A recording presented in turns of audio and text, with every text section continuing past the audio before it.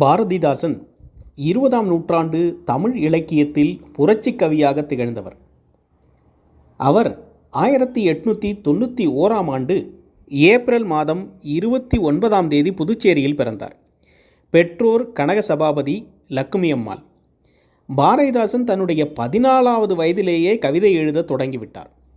தொடக்கத்தில் அவர் சைவ மதத்தை சேர்ந்தவர் என்பதால் சிவனின் பிள்ளையான முருகனை வேண்டி பல பாடல்களை பாடியுள்ளார்.